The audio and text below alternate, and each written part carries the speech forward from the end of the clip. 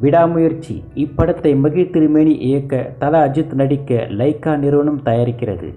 இப்படத்தில் அர்ஜுன், ஆரவ், த்ரிஷா, ரெஜினா உள்பட பலரும் முக்கிய கதாபாத்திரங்களில் நடித்துள்ளனர். சமீபத்தில் இவர்களுடைய போஸ்டர்களும் வெளியானது. இந்த படத்தோட ஷூட்டிங் அஜர்பைஜானில் நடந்து முடிந்து தற்போது ஹைதராபாத்தில் நடைபெற்று வருகிறது. அதற்கு பிறகு ஒரே பாடல் காட்சிக்காக மீண்டும் அஜர்பைஜான் செல்லவிருப்பதாக தகவல் வந்திருக்கு. வரும் தீபாவளிக்கு இப்படம் வெளியாகும் என சொல்லப்படுகிறது. இதற்காக ரசிகர்களும் காத்து கொண்டிருக்கிறார்கள்.